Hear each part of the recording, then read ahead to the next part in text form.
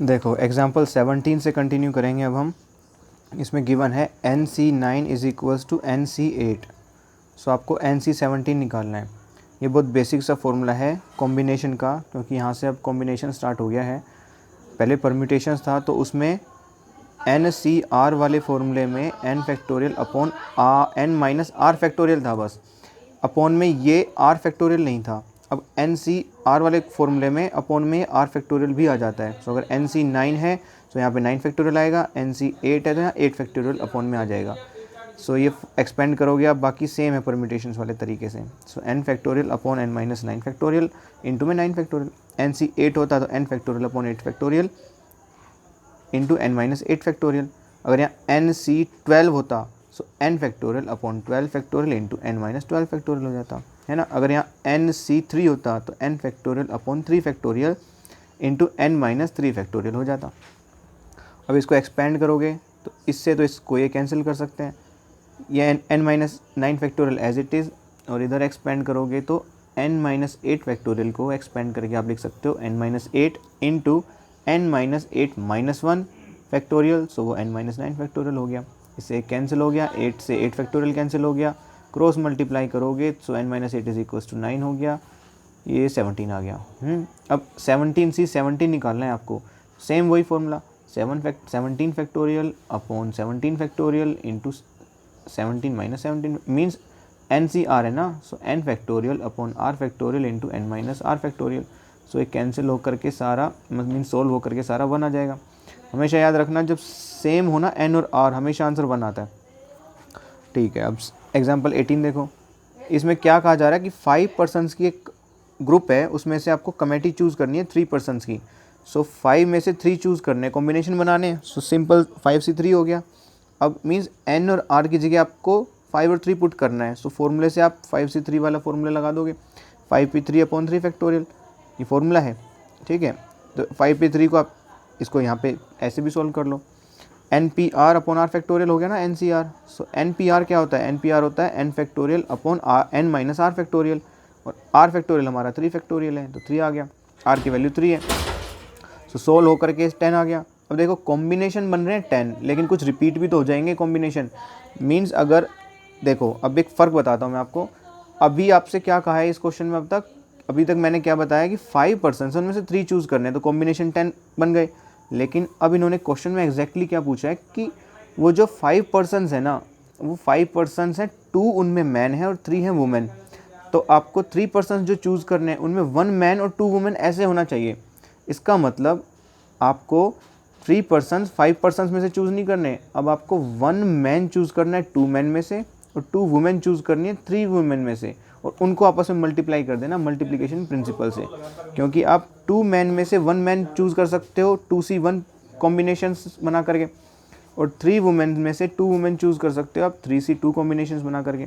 तो दोनों इवेंट आपस में मल्टीप्लाई होंगे बाय मल्टीप्लिकेशन प्रिंसिपल, तो आपका आंसर आ जाएगा, वो 6 आ रहा है।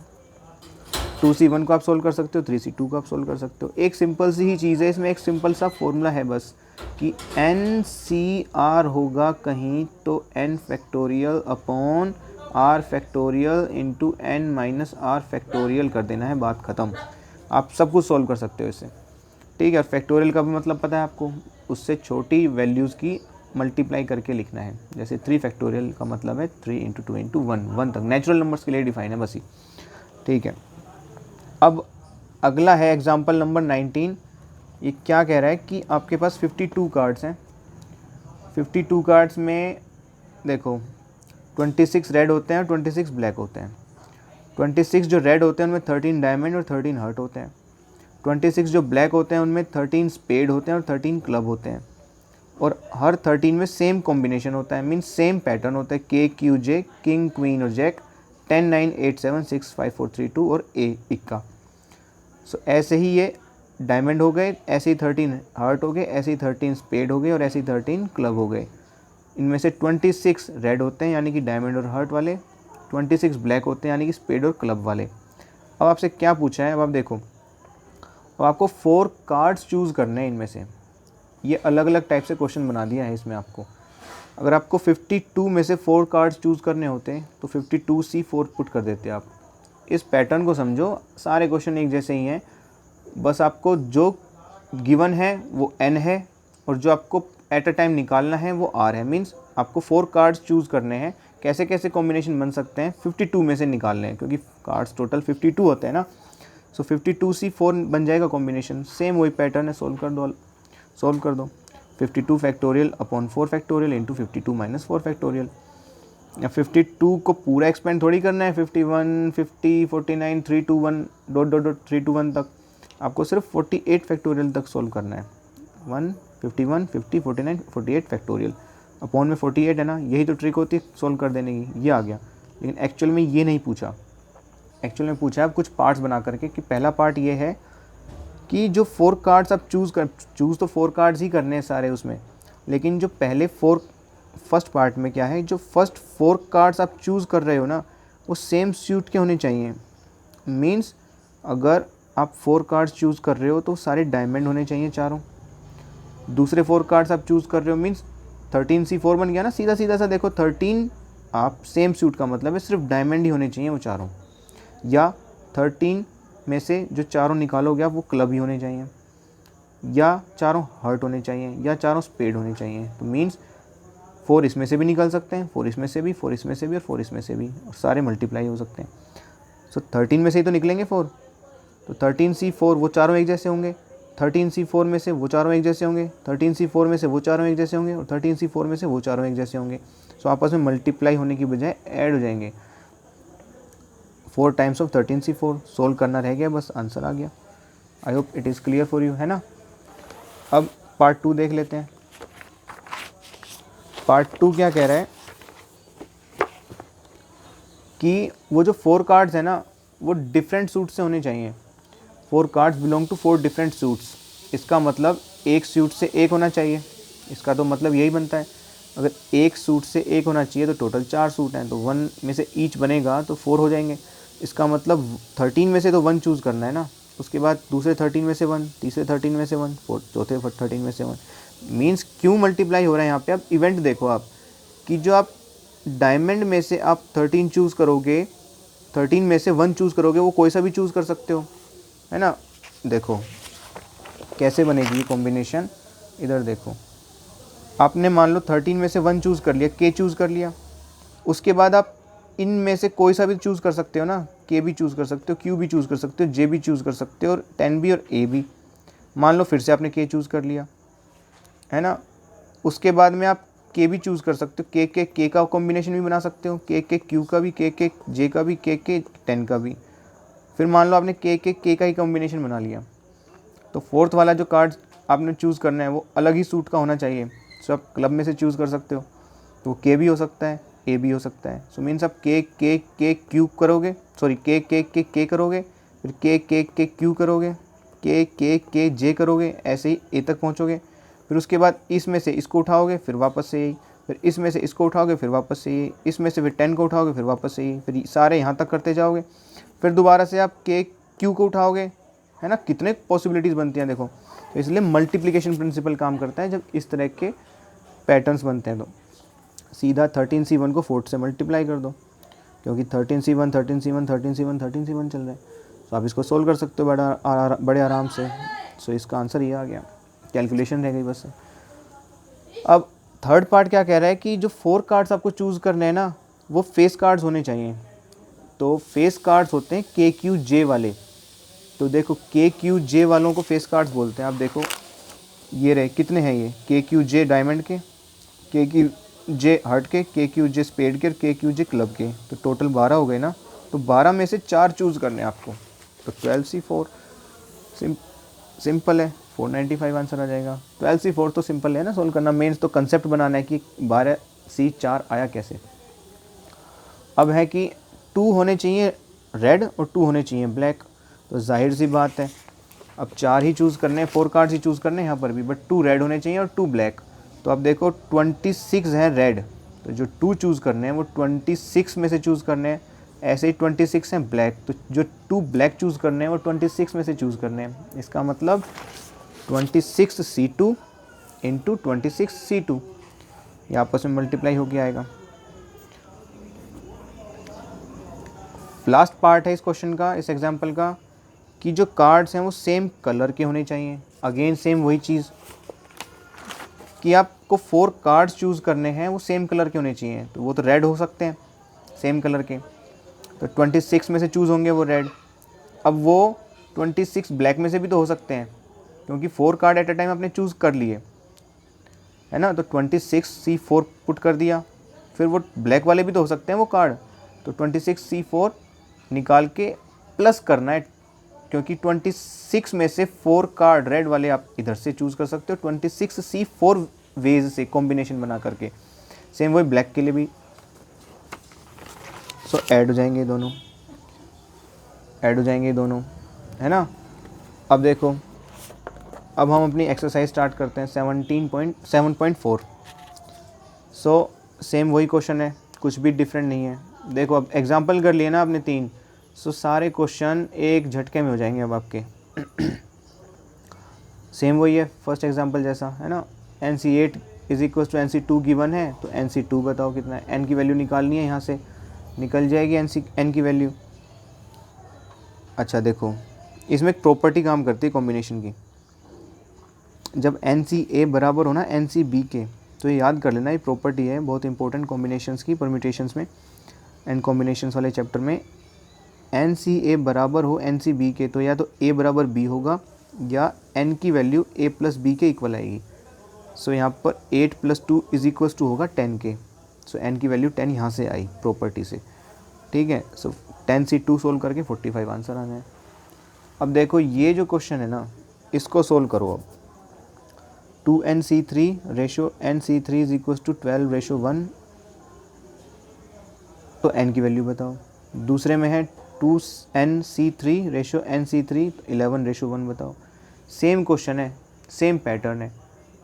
इसके अपॉन में ये 12/1। 2NC3 को एक्सपेंड करोगे तो आप 2n factorial upon 3 factorial into 2n - 3 factorial. NC3 को एक्सपेंड करोगे तो n फैक्टोरियल अपॉन में 3 factorial into n - 3 factorial is equal to 12/1। ऐसे इसको सोल्व, इसको लिखा सेम वही चीज़ है। लेफ्ट हैंड साइड में तो सेम वही चीज़ है, बस राइट हैंड साइड में 12 की जगह 11 है, ठीक है। ये भी बराबर चलता रहा है।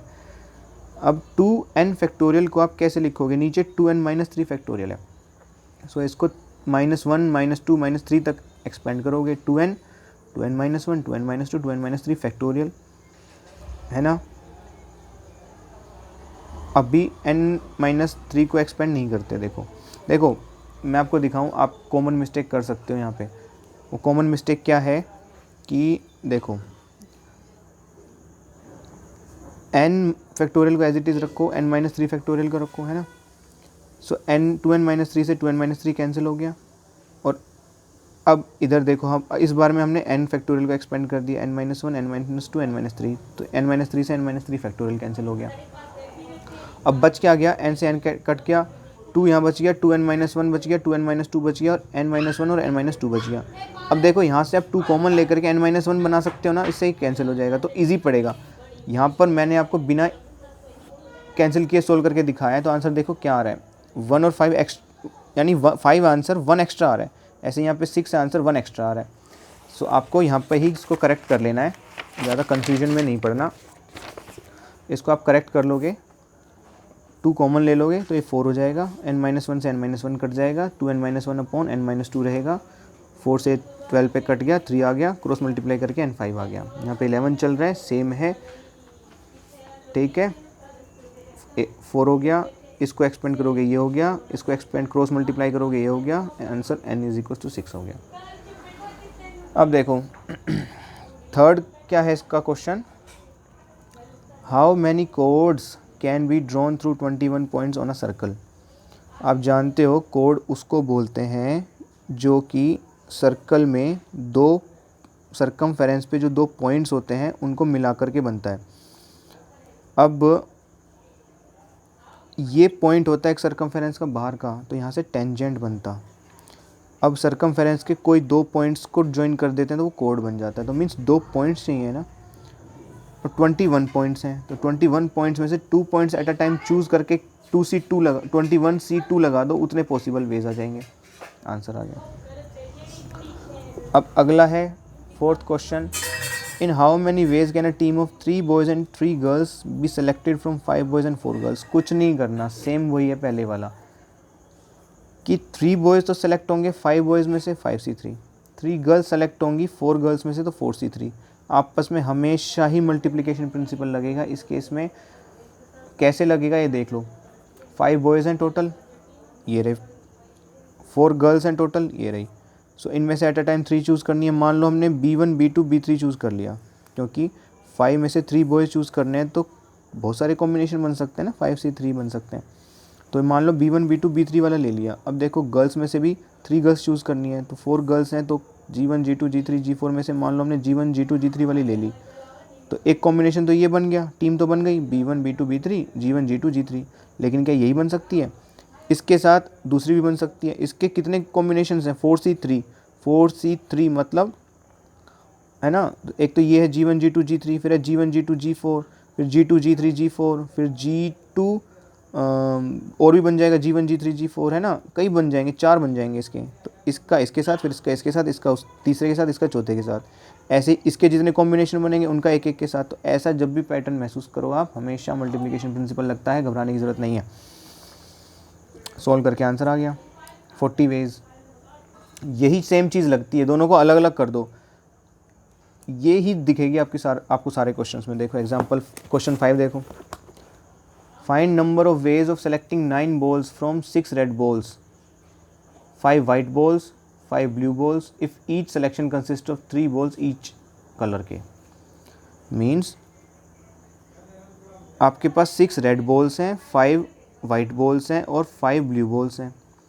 आपको 3 बॉल सेलेक्ट करनी है ईच कलर की, ताकि टोटल 9 बॉल्स हो जाएं, है ना। तो आपको पता है क्या करना है, आपको ये नहीं करना कि 6 और 5 11, 11 और 5 16, तो आप 16 में से आप 9 चूज़ कर डालो। ये गलत आएगा, क्योंकि यहाँ पे इन्होंने क्लियरली बोला है कि जो ये इतनी बॉल्स हैं ना तीनों कलर की, इनमें से 3 चूज़ करनी है। इसका मतलब 3 जो रेड चूज़ करनी है आपको, और 3 वाइट और 3 ब्लू चूज़ करनी है, तब जाके टोटल 9 करना है। सो 3 रेड जो चूज़ होंगी वो 6 रेड में से चूज़ होंगी, 6C3। 3 वाइट जो चूज़ होंगी वो 5 वाइट से चूज़ होंगी, इसका मतलब 5C3। 3 ब्लू जो चूज़ होंगी वो 5 ब्लू से चूज़ होंगी, यानी 5C3। सो ये आपस में क्रॉस मल्टीप्लाई ही होगा। अगेन आप ये डाउट क्रिएट करोगे कि मल्टीप्लाई क्यों, ऐड क्यों नहीं, एडिशन प्रिंसिपल क्यों नहीं लगा यहाँ पे, मल्टीप्लिकेशन प्रिंसिपल ही क्यों लगा? तो देखो उसके लिए आप सिंपली कॉपी पेन लेकर के ट्राई करना स्टार्ट करो। 6 रेड बॉल्स हैं, ये रही, 5 वाइट बॉल्स हैं, ये रही, 5 ब्लू बॉल्स हैं, ये रही। कॉम्बिनेशन बनाओ, 3 एट अ टाइम चूज़ करनी है, ये रहा, 3 एट अ टाइम चूज़ करनी है, ये रही, 3 एट अ टाइम चूज़ करनी है, ये रही। तो क्या 5C3 कॉम्बिनेशन एक बनेगा? और भी तो बनेंगे। 5C3 कॉम्बिनेशन कितने बन जाएंगे? ये रहे, एक ये रहा, एक ये रहा, एक ये रहा, और कई बन जाएंगे। तो पहले इसको इसको इसको चूज़ करो, फिर इसको इसको इसको, ये, फिर ऐसे अगला, फिर ऐसे अगला, फिर सारे हो जाएंगे पूरे। सो फिर इसको कैंसिल करो, क्योंकि हो गया इसको इसको इसको, फिर ये, ऐसे कितने बना दोगे आप? तो जब भी ऐसा पैटर्न महसूस करें ना आपको, सो आपको हमेशा मल्टीप्लिकेशन प्रिंसिपल लगाना है। सो इसको सोल्व करना रहेगा आपका मेन टास्क। अब क्वेश्चन तो समझ में आ गया सिंपल लैंग्वेज से। सेम यही चीज़ फॉलो करनी है, हमेशा मल्टीप्लिकेशन प्रिंसिपल लगा देना है ऐसे क्वेश्चंस में। अगला देख लो, determine the number of 5 card combinations. 5 card का कॉम्बिनेशन है 52 कार्ड में से, जिसमें से एक होना चाहिए एस, है ना, इक्का। तो देखो आपको टोटल 5 कार्ड चूज़ करने हैं ना, वो ऐसे चूज़ नहीं करने कि 52C5 कर दो आप, ये गलत हो जाएगा। कैसे कि जो 5 कार्ड है ना उनमें से एक एस होना चाहिए और 4 रेस्ट कोई से भी हो सकते हैं। तो 5 ऐसे बनाना है कॉम्बिनेशन। तो जाहिर सी बात है एक एस जो चूज़ करना है वो 4 एस में से चूज़ हो करोगे ना, तो 4C1, जो 4 रेस्ट बच गए वो 48 में से चूज़ करोगे, क्योंकि एस को अलग कर दिया। तो 48 में से 4 को चूज़ करना है, यानी 48C4। तो ये मल्टीप्लाई करके आंसर लाओगे, ये वाला, ये सही करेक्ट आंसर है। इतना सा करना है बस, सेपरेट कर लेना है। 52 में से 4 एस अलग, 48 रेस्ट अलग। सो जो 5 कार्ड्स बनाने हैं ना, यहाँ पे इन्होंने लैंग्वेज देखो कितनी कन्फ्यूजिंग सी है। लैंग्वेज से आप ये नहीं समझ सकते, ये एग्जैक्टली ये पूछ रहा है कि आपको 5 कार्ड का कॉम्बिनेशन बनाना है जिनमें एक एस हो और 4 रेस्ट कोई भी हो सकते हैं। सो आपको लैंग्वेज में तो ये समझ नहीं आ रहा ना कि एक एस चूज़ करना है 4 एस से और 4 रेस्ट चूज़ करने 48 रेस्ट से। लेकिन आपको समझ लिया, अब आपको ध्यान रहेगा। ऐसे ही हैं सारे क्वेश्चन। अब 2-3 क्वेश्चन और रह गए, इनको भी देख लेते हैं। Question number 7, in how many ways can one select a cricket team of 11 cricket players को सिलेक्ट करना है फ्रॉम 17 प्लेयर्स, टोटल 17 प्लेयर्स हैं, in which only 5 players can bowl. 17 में से 5 बॉलर्स हैं, बाकी रेस्ट हैं 12। अच्छा, अब जो 11 टीम प्लेयर्स हैं, टीम बनानी है जो प्लेयर्स की, उसमें if each cricket team of 11 must include 4 bowlers, तो 4 बॉलर्स होने चाहिए और 7 रेस्ट कोई भी हो सकते हैं। इसका मतलब 4 बॉलर्स आप 5 बॉलर्स में से चूज़ करोगे, यानी 5C4, 7 रेस्ट आप 12 रेस्ट में से चूज़ करोगे, यानी कि 12C7। ये कॉम्बिनेशन बनना है। I hope it is clear for you now. Answer आ गया। सेम यहाँ पर भी है। A bag contains 5 black and 6 red balls. एक बैग है, 5 ब्लैक एंड 6 रेड बॉल्स हैं। Determine the number of ways in which 2 black 3 red balls can be selected. Select क्या करना है? 2 ब्लैक 3 रेड। तो आपको 6 और 5 11 में से 3 और 2 5 कॉम्बिनेशन नहीं बनाने, गलत हो जाएगा। आपको 5 में से 2 चूज़ करने, 5C2, 6 में से 3 चूज़ करने, 6C3, आपस में मल्टीप्लाई कर देना है। आंसर आ गया correct, 200 ways. Last question, in how many ways can a student choose a program of 5 courses. Select करने 5 course. If 9 course are available है 9 कोर्स, 2 स्पेसिफिक कोर्स हैं, 9 में से 2 स्पेसिफिक कोर्स हैं और रेस्ट हैं 7। ऐसे ही 2 स्पेसिफिक कोर्स जो हैं वो कंपलसरी हैं फॉर ईच स्टूडेंट, यानी कि 5 कोर्स में से 2 तो स्पेसिफिक ही हैं, तो 2 चूज़ करने 2 में से, तो 2C2, आंसर 1। 3 चूज़ करने हैं 7 में से, 7C3, सोल्व करके आंसर 35 आया। आई hope it is clear for you now. बाकी अगली वीडियो में कंटिन्यू करेंगे।